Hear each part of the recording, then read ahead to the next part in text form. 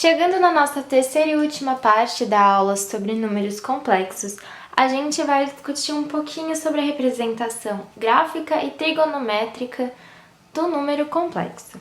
Aqui a gente vê um plano que poderia muito bem ser um plano cartesiano, mas não é, porque em vez de a gente ter uma linha horizontal, que é o eixo x, e uma linha vertical, que seria o eixo y, essas linhas representam o eixo real e o eixo imaginário. O eixo horizontal é o nosso eixo real e o nosso eixo vertical é o nosso eixo imaginário. Então vamos supor que a gente tenha dois números complexos diferentes, z1, que é 3 menos 2i, e z2, que é 2 mais i. Como que a gente vai representá-los? Primeiro vamos olhar para o número complexo z1. A parte real desse número é o que não está multiplicando o nosso número imaginário, ou seja, o que não multiplica o i. Então, nesse caso, seria mais 3. Então, a gente vem no nosso eixo dos números reais e destaca o ponto 3. Agora, a gente vai olhar a parte imaginária, que é a parte que está multiplicando i, que no caso seria menos 2i. Qual é o número que está multiplicando i? Menos 2. Então, menos 2 é o número que a gente quer encontrar no nosso eixo imaginário. Menos 2, então, a gente vem duas casas para baixo. A gente vai fazer a intersecção entre essas duas informações e a gente encontra que esse ponto aqui corresponde ao Z1 no nosso plano de Argand-Gauss. Agora, olhando para Z2, a gente tem uma parte real que não multiplica o i, que corresponde a 2. Então, a gente vai vir no nosso eixo real para o lado positivo, 1, 2. A nossa parte imaginária seria mais i. Qual que é o número que está multiplicando i? Seria mais 1. Então, a gente vem no nosso eixo dos imaginários e destaca o ponto 1 positivo. A gente faz a intersecção entre essas duas informações e encontra o ponto correspondente ao número complexo Z2. Observem que funciona de um modo muito semelhante com o que a gente está acostumado no plano cartesiano. A gente olha a parte real, que seria o que a gente chamou de A anteriormente, que é o número real que não está multiplicando nenhum i, e a gente vê qual que é o número que está multiplicando i, que no caso a gente poderia chamar, por exemplo, de b. Mas a gente tem que se ater que é o número da parte imaginária e o número da parte real. Observem que só olhando a nossa forma algébrica dos números complexos, que é o que a gente tem aqui, dois números complexos dados em sua forma algébrica, como a gente viu na parte 2, a gente já consegue entender qual que é o ponto que a gente vai achar no nosso plano de Argand-Gauss. Então, a gente olhou o A e olhou o B, olhou o A e olhou o B.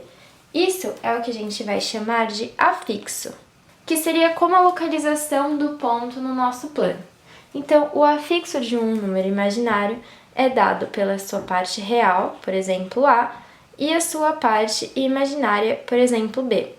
No caso de Z1, a parte real, o número real seria 3, e o número que está multiplicando o número imaginário é menos 2. Então, esse seria o modo da gente colocar o afixo do número Z1. A gente tem um número complexo Z2, que é 2 mais i.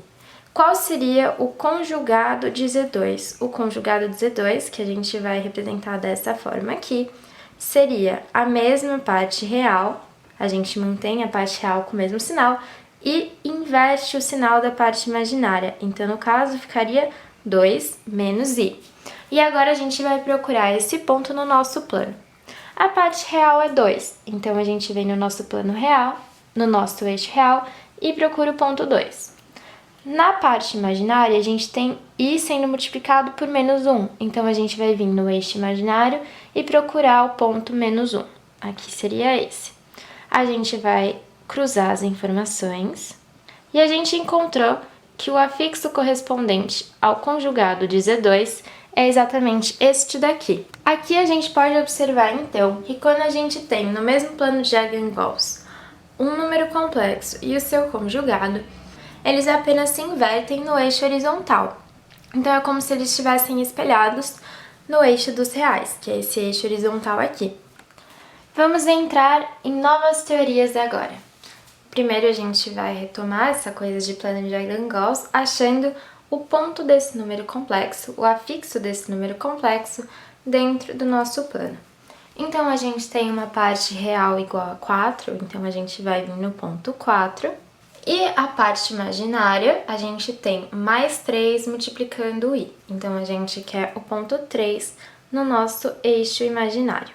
Aí, a gente vai interseccionar as nossas informações e a gente encontra que esse é o afixo do nosso ponto Z. As novidades começam agora, porque além de um ponto no plano, que é o nosso afixo, que a gente já conhece, a gente pode traçar um vetor partindo do ponto 0, ponto 0, 0, até o nosso afixo Z, formando uma linha.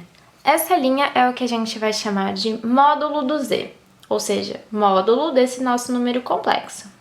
E o módulo é exatamente o comprimento desse vetor, partindo do ponto 0, 0 até o nosso afixo Z. E é aqui que a gente vai começar a entrar um pouquinho na nossa trigonometria.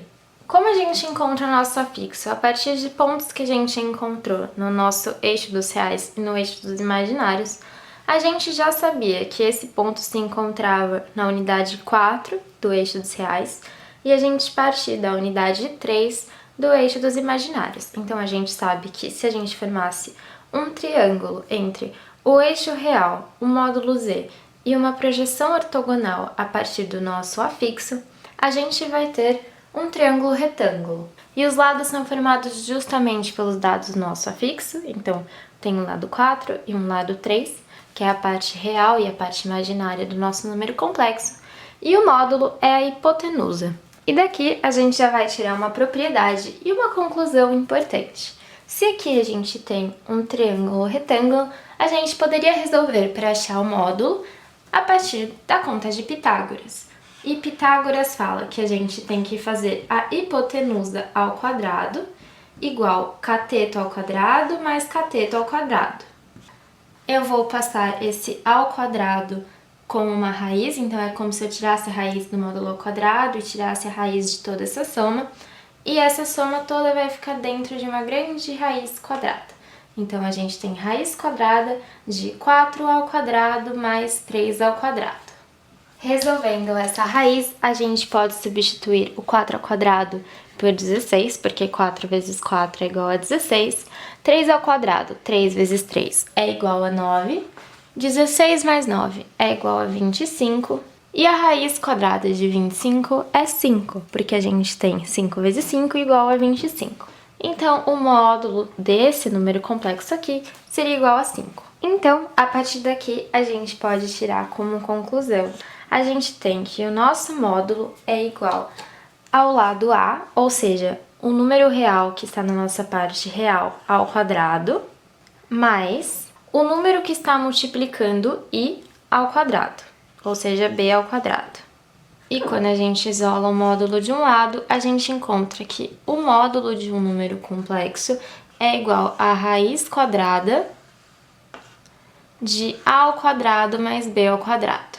Se vocês lembrarem da nossa parte 1 e da nossa parte 2, todas as vezes que a gente fez a continha z, ou seja, um número qualquer complexo, vezes o seu conjugado, a gente teve como resultado a ao quadrado mais b ao quadrado. Então tem mais de um caminho para encontrar o módulo, mas a gente sempre parte dessa continha aqui. Se vocês entenderem esse raciocínio, vocês vão conseguir chegar no módulo. Agora que a gente já entendeu o que é o módulo, que é justamente o comprimento entre o nosso afixo e o ponto 0, 0, a gente vai aprender o que é argumento. Argumento nada mais é do que esse ângulo aqui, que é o ângulo entre o módulo e o eixo real. Então, é o ângulo que é formado entre o módulo e o eixo real, esse ângulo aqui. E a gente vai representá-lo com um θ. E a gente chama ele de argumento. É muito importante que a gente entenda o que é o módulo e o que é o argumento para a gente entrar na próxima parte da nossa aula, em que a gente vai entender o que é a forma trigonométrica do nosso número complexo, que é justamente isso daqui. Z, que é o nosso número complexo, é igual a módulo de Z vezes cosseno de θ, que é o nosso ângulo aqui, o argumento, mais I vezes seno de θ, que é o mesmo ângulo aqui. Essa é só uma outra forma de escrever o mesmo número. Então, a gente tem a forma algébrica e a gente tem a forma trigonométrica. Mas calma que a gente vai fazer passo a passo até a gente chegar nesse número e vocês vão entender por que ele funciona dessa forma. Lembrando então da forma algébrica do nosso número complexo, seria A mais BI, A sendo a parte real e B o número que multiplica I. Quando a gente coloca um afixo no nosso plano e encontra o módulo, a gente pode formar como se fosse um triângulo retângulo usando o A e o B. Isso a gente já entendeu, a gente já discutiu, e o módulo Z forma aqui com o eixo dos reais um ângulo que a gente vai chamar de θ, ou de argumento. Pensando nas nossas relações trigonométricas que vocês já conhecem, a gente pode analisar um triângulo retângulo e pensar, por exemplo, no seu seno. O seno de um triângulo retângulo é dado pela divisão do lado oposto, do cateto oposto ao ângulo observado, que no caso seria o θ, pela hipotenusa. Então, a gente vai dividir o cateto oposto pela hipotenusa. Nesse caso, então, o seno de θ seria dado pela divisão do lado B pelo módulo de Z. Se a gente passar esse módulo de Z, que está dividindo, multiplicando, a gente consegue isolar o B de um lado da igualdade. Então, a gente tem que o B, na verdade, é a mesma coisa que o seno de θ, multiplicando o módulo de Z. Agora que a gente já analisou o seno, a gente pode analisar o cosseno. O cosseno de um triângulo retângulo é dado pelo cateto adjacente ao ângulo observado pela hipotenusa. Então, a gente vai fazer que o cosseno do ângulo θ, do nosso argumento, é a mesma coisa que a divisão do lado A pelo módulo de Z. O Z que está dividindo, se a gente passar multiplicando para o outro lado, a gente consegue isolar o lado A de um lado da igualdade. Então, a gente tem que o A, na verdade, é a mesma coisa. O A, na verdade, então, é a mesma coisa que o cosseno de θ multiplicando o módulo de Z. Tudo que a gente fez até aqui foi aplicar a trigonometria que a gente já conhece, que é a trigonometria de um triângulo retângulo comum. A gente achou o seno, achou o cosseno e isolou achando um valor equivalente para B e um valor equivalente para A. Acontece que a gente sabe o que significa A e B. A é a parte real do nosso número complexo, dado na forma algébrica, e B é o número que multiplica I. Então, vamos tentar substituir esses valores de B e A encontrados aqui na nossa forma algébrica. Substituindo o A, a gente tem que Z é igual a gente tem que A é cosseno de θ vezes o módulo de Z. Substituindo o valor encontrado para B, a gente tem então que Z é igual a mais B, que a gente encontrou que também pode ser seno de θ vezes o módulo de Z. E a gente não pode esquecer de multiplicar pelo número imaginário I, porque B está sendo multiplicado pelo número imaginário. Como todos os meus termos estão sendo multiplicados por módulo de Z, eu vou deixá-lo em evidência. Então, eu tenho que Z, o meu número complexo Z, e eu vou deixar em evidência o módulo de Z. Eu vou abrir um parênteses. Cosseno de θ vezes módulo de Z dividido por módulo de Z é igual a cosseno de θ. Mais seno de θ vezes módulo de Z vezes I é dividido por módulo de Z é a mesma coisa que mais seno de θ vezes I. E dessa maneira, a gente encontrou a forma trigonométrica de um número complexo.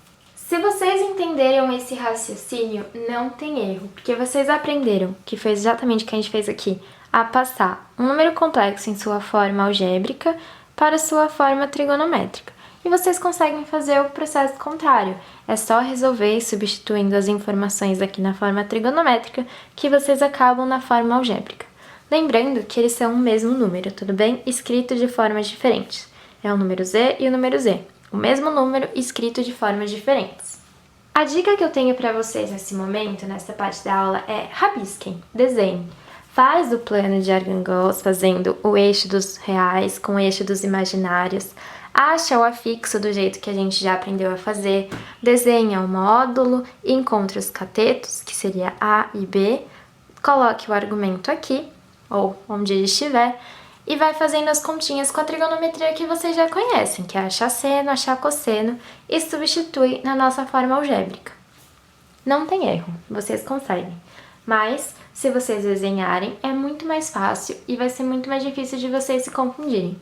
Por isso, desenha, rabisca. E uma observação acerca da trigonometria é que observem que aqui a gente tem um módulo, que é como se fosse um vetor, e o módulo é o comprimento desse vetor, certo? Então, qualquer número complexo que eu tiver que tenha esse módulo aqui, vai formar uma circunferência em torno do meu ponto 0, 0, porque o módulo não vai mudar. O que vai mudar é o afixo, qual é o A e qual é o B do Z.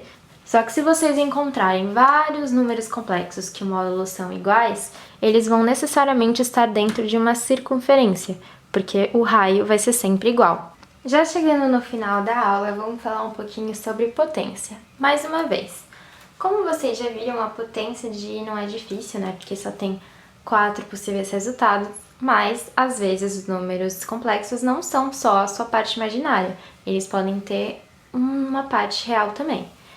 Na maioria dos exercícios, eu vou sugerir que vocês primeiro tentem fazer esse número ao quadrado.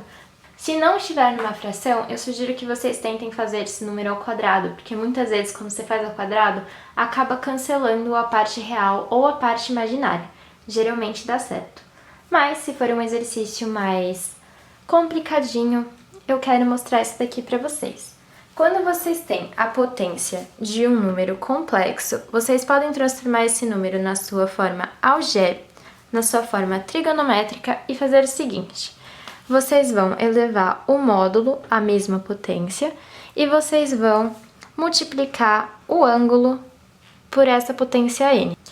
Isso significa que se eu tiver um número complexo sendo elevado a 2, por exemplo, então um número complexo ao quadrado, eu tenho que elevar o módulo de z também ao quadrado, e aí eu vou multiplicar o ângulo θ, o nosso argumento, por 2. Então, o mesmo número que é o nosso expoente, a gente vai elevar ao mesmo expoente o módulo e vai multiplicar o ângulo θ, que é o nosso argumento.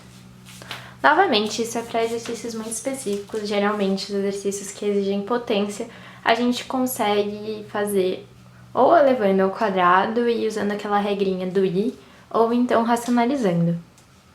E para finalizar, só para deixar vocês familiarizados, vocês se lembrarem daquela roda trigonométrica em que π dividido por 2 é 90, π é 180, 2π é 360, e para encontrar os ângulos no meio do caminho, você pode fazer uma regra de 3.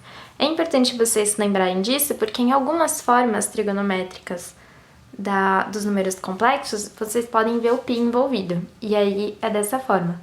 Então, o ângulo pode ser dado em π, naquela bola trigonométrica, ou pode ser dado em graus, dessa forma aqui.